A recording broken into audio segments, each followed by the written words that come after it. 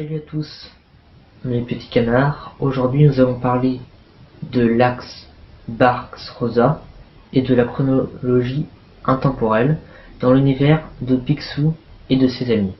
C'est le plus grand boss de toute la ville, Picsou, Picsou. C'est le plus puissant de tout Canardville, Picsou, Picsou. Il vaut des... Commençons avec celle que je soutiens le plus, l'histoire de la chronologie intemporelle. Ça dirait en quelque sorte que les histoires n'ont pas de date précise, mais ont toujours un lien avec l'actualité. Les personnages ne vieillissent pas. Et c'est comme ça. Voilà. Par exemple, dans certaines histoires, nous pouvons apercevoir que les personnages ont des smartphones qui n'existaient pas dans les années 50 de la chronologie de Don Rosa et de Karl Barks. Voilà.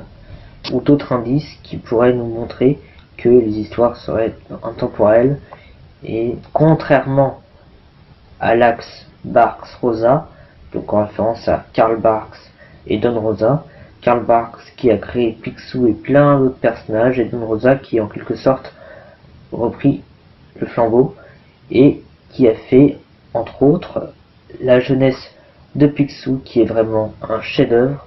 Et donc suivant cette théorie, les histoires seraient dans les années 50 à peu près, voilà, dans le XXe siècle, et donc les histoires se passant dans les années 2010 seraient hors canon. Le terme, voilà.